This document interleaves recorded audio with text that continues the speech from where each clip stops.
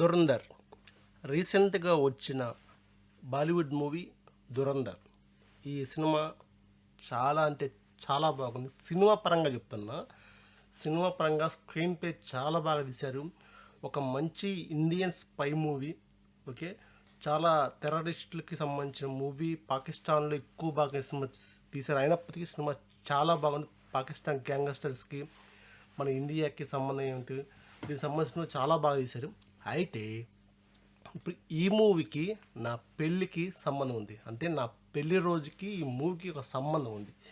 ఏంటి అది? దురంధర్ మూవీ ఏమో 2005లో వచ్చింది, నా మ్యారేజ్ ఏమో 2016 జరిగింది.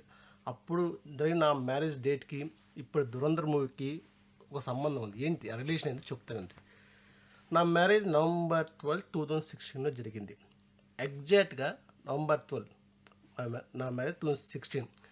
ఎగ్జాక్ట్గా నా మ్యారేజ్ డేట్కి 4 days ముందు, అంటే నవంబర్ 8, 2016న మన మోడీ పెద్ద బాంబు పేల్చాడు. మన మోడీ గారు, ప్రధానమంత్రి గారు పెద్ద బాంబు పేల్చాడు. అది మీ అందరికీ తెలుసు. అదే మనీ డిమానిటైజేషన్. అంటే 500,000 రూపీస్ నోట్లు రద్దు చేశారు. పెద్ద షాక్. ఇంకా 2 రోజులు నా మ్యారేజ్. 2016 నవంబర్ 12 నా మ్యారేజ్. 2016 నవంబర్ 8న ఈ నోట్లు రద్దు చేశారు. ఈ నోట్లు రద్దు చేయటం వల్ల నా మ్యారేజ్కి అవసరమైన డబ్బులను ఏర్పాటు చేసుకోవడంలో కొంత ఇబ్బంది పడ్డాం. ఎలా 500 రూపీస్ 1000 రూపీస్ రద్దు చేశారు అని చెప్పి చాలా ఇబ్బంది పడితే, ఏదేమైనా కొన్ని రోజులు కొంచెం వెంటనే నోట్లు రద్దు చేయలేదు, 1 week టైం ఇచ్చారు. సో నాకేం ప్రాబ్లం లేదు. కానీ ఆ టైంలో మోడీ గారు నోట్లు రద్దు చేయడం వల్ల చాలామంది ముఖ్యంగా చాలామంది ప్రజలు ఇబ్బంది పడ్డారు. అయినప్పటికీ మోడీ గారు అంత పెద్ద డెసిషన్ ఎందుకు తీసుకున్నారు? అయితే ఇప్పుడు దీనికి ఆ దురంధర్ మూవీకి ఎందుకు సంబంధం చెప్తాను. అసలు మోడీ గారు ఆ టైంలో అంత పెద్ద డెసిషన్, 500 నోట్లు 1000 రూపాయల నోట్లు రద్దు చేసుకుని చాలా ఇబ్బంది. అప్పట్లాగా దాచుకున్న జనం, కొంతమంది డబ్బులు ఇంట్లో దాచుకుంటారు, కొంతమంది పెళ్ళికని దాచుకుంటారు. చాలా డబ్బులు చాలా ప్రజలు ఇబ్బంది పడినా సరే మోడీ గారి అభిప్రాయం తీసుకున్నారంటే, అప్పుడు చాలామంది చెప్పింది ఏంటి, బ్లాక్ మనీ చాలామంది దగ్గర కోట్ల మనీ ఉంది, ఆ బ్లాక్ మనీ ఆపేయడం కోసం మోదీ గారి నిర్ణయం తీసుకున్నారు, చాలా మంచి పదవి అని చెప్పన్నారు. కానీ అసలు మోడీ గారు నోట్లు రద్దు చేయటం వెనక అతిపెద్ద కారణం ఈ దురంధర్ మూవీలో చూపించారు. ఈ మూవీ చూడండి మీకు అర్థమైంది. అయితే మోడీ గారు ఆ నోట్లు ఎందుకు రద్దు చేశారు అంటే, పాకిస్తాన్ టెర్రరిస్ట్ ప్లాన్ ఆపటం కోసం.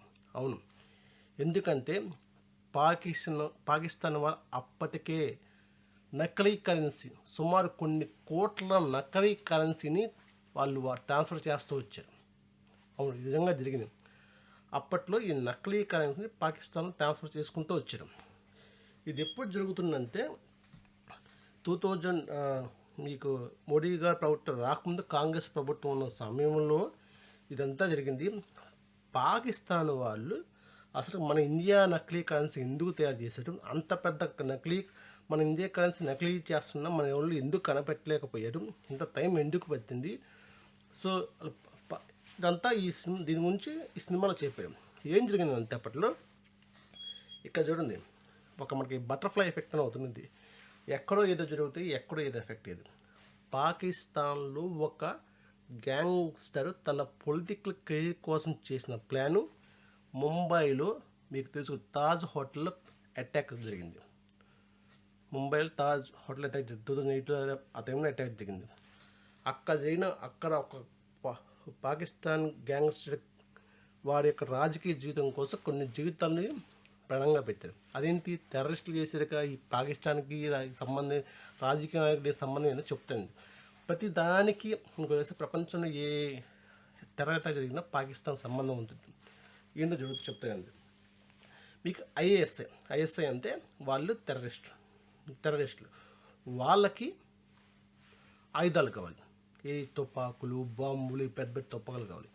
ఈ తుపాకులన్నీ ఎక్కువ ఆఫ్ఘనిస్తాన్లో తయారవుతాయి, గుర్తుంచుకొని.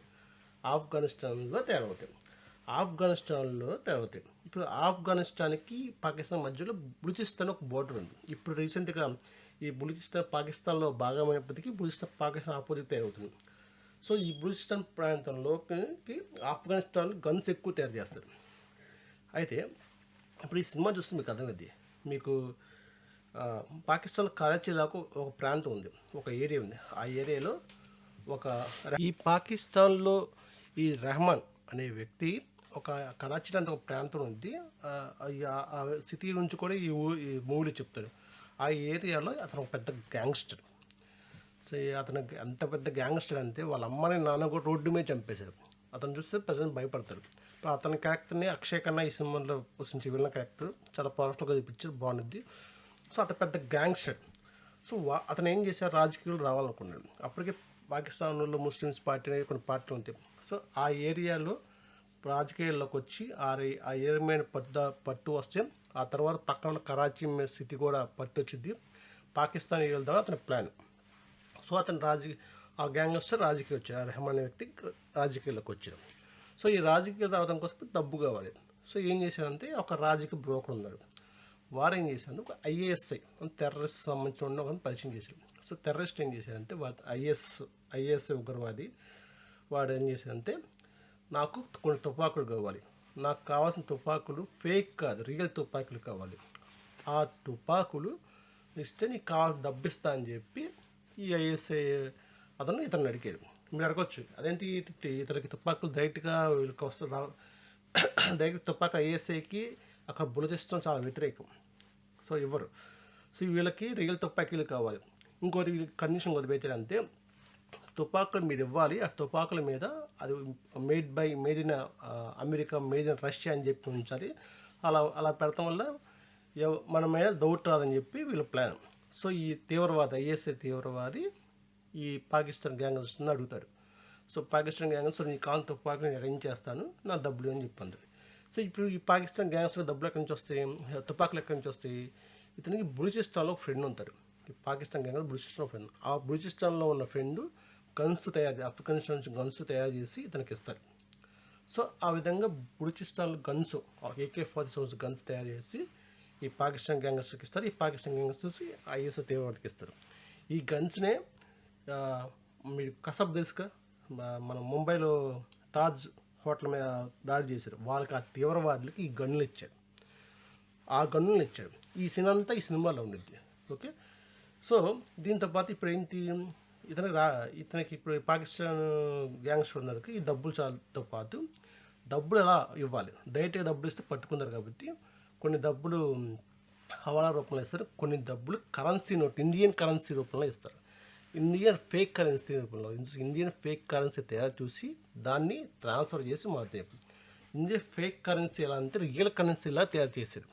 ఇప్పుడు ఈ ఐఎస్ఐ వాళ్ళకి ఇండియన్ కరెన్సీ రియల్ కరెన్సీకి ఎలా తయారు చేశారు, వాళ్ళకి అంత రియల్గా అంత పర్ఫెక్ట్గా ఇండియన్ కరెన్సీ ఎలా తయారు చేశారంటే ఈ ఐఎస్ఐ వాళ్ళకి వాళ్ళు నోట్లు ముద్రించారు. మన ఇండియన్ రూపీస్ని నోట్లు 500,000 రూపీస్ని ముద్రించారు. ఏదైనా సరే మన ఇండియాలో ఉన్న ఇంటెలిజెన్స్ బ్యూరో వాళ్ళకి తెలిసింది, సిబిఐ వాళ్ళకి తెలిసింది, ఇంటెలిజెన్స్ బ్యూరో వాళ్ళకి తెలిసింది. వాళ్ళకి దౌతొచ్చింది, వీళ్ళు ఎంత కరెక్ట్గా మన ఇండియన్ రూపీస్ని ఎలా ఇండియన్ నోట్లు ఎలా ఉద్దేస్తున్నారు. దాని మీద ఉన్న ప్లేట్స్ ఉంది, మీకు అంతమంది చూస్తే మన నోట్ల మీద ఒక సిల్వర్ ప్లేట్స్ కోట్ వచ్చింది. ఆ ప్లేస్ వీళ్ళకి ఎక్కడి నుంచి వచ్చినాయి అంటే అప్పుడు వాళ్ళు ఇన్వెస్టిగేషన్ చేసి తెలిసిందంటే అప్పుడు కాంగ్రెస్ సంబంధించిన ఆర్థిక మంత్రి చిదంబరం, మీకు తెలిసిన కళ్ళజోడు పెట్టుకుని ఉంటారు, అతను కొన్ని సూట్ కేసులో ఆ ప్లేట్స్ని, ఆ సిల్వర్ ప్లేట్స్ని దుబాయ్లో ఈ టెర్రరిస్టులకు అమ్మారని చెప్పి ఒక టాకు. అదే సినిమాలు చెప్తారు, అది జరిగింది అనుకుంటా. సో ఆ ప్లేస్ ఎందుకంటే ఆర్థిక మంత్రి కాబట్టి అతనికి అన్ని యాక్సెస్ ఉంది. సో ఈ ప్లేస్ని సూట్ కేసులో తీసుకెళ్ళి అతను కొడుకు దుబాయ్లో ఈ టెర్రరిస్టులకు ఇచ్చాడు. సో వాళ్ళు ఈ టెర్రరిస్టులు ఆ ప్లేస్ని తీసుకుని, ఆ సిల్వర్ ప్లేస్ని తీసుకుని మన నోట్ల పైన అచ్చం వచ్చేలాగా ఒరిజినల్ నోట్ల నకిలీ కరెన్సీ తయారు చేశారు. అలా కొన్ని కోట్ల నకిలీ కరెన్సీ తయారు చేస్తే మన ఇండియన్ ఆర్థిక వ్యవస్థ దెబ్బతింటే అప్పుడు మోడీ గారు నోట్లను రద్దు చేశారు. అది అసలు కారణం. అందరూ అయ్యో లబోదీప.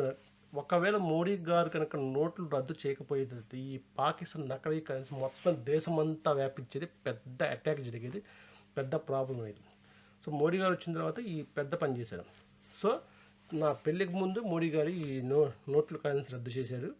ఈ నోట్ల కరెన్సీ ఎందుకు రద్దు చేశారు నాకు అప్పటికి అర్థం కాలేదు, తల బాదుకున్నా. కానీ ఇప్పుడు ఈ సినిమా నాకు ఫుల్ క్లారిటీ వచ్చింది. పాకిస్తాన్కి ఎంత ప్లాన్, వాళ్ళు ఈ సినిమాలో పాకిస్తాన్లో తీవ్రవాది చెప్తారు, ఇండియా నుంచి రక్తం రావడం కోసం 1000 సార్లైనా 1000 పార్ట్లుగా చూలుస్తాను ఒక చిన్న అంత తీవ్రవాదం ఉంది. నిజంగా వాళ్ళు రియల్గా తాజ్ హోటల్ టెర్రరిస్టులకి మధ్య సంభాషణ జరిగిందో రియల్గా ఈ సినిమాలు చూపిస్తారు, రియల్గా సంభాషణ చూపిస్తారు. ఇంత పెద్ద ప్లాన్ నడుస్తుంది. సో ఎక్కడో పాకిస్తాన్లో గ్యాంగ్స్టర్ రాజకీయాల్లో రావటం కోసం ఈ ఐఎస్ తీవ్రవాదులకి బలూచిస్తాన్లో ఉన్న గన్స్ ఇవ్వటం, వీళ్ళకి డబ్బులు ఇవ్వటం కోసం ఐఎస్ఏ వాళ్ళు ఇండియన్ కరెన్సీని ఫేక్ కరెన్సీ తయారు చేసి ఇవ్వటం, ఇలా తయారు చేయడం ఈ ఫేక్ కరెన్సీ రద్దు చేయడం మోడీ గారు కరెన్సీ రద్దు చేశారు. ఇది దురంధర్ సినిమాకి నా పెళ్ళికి ఉన్న సంబంధం. ఏదైనా సినిమా చూడండి, ఇంత పెద్ద ఇంత నిజంగా జరిగిందంత ఇదంతా. ఒకసారి సినిమా చూడండి, చాలా బాగుంది, స్క్రీన్ ప్లే చాలా బాగుంది. జై హింద్.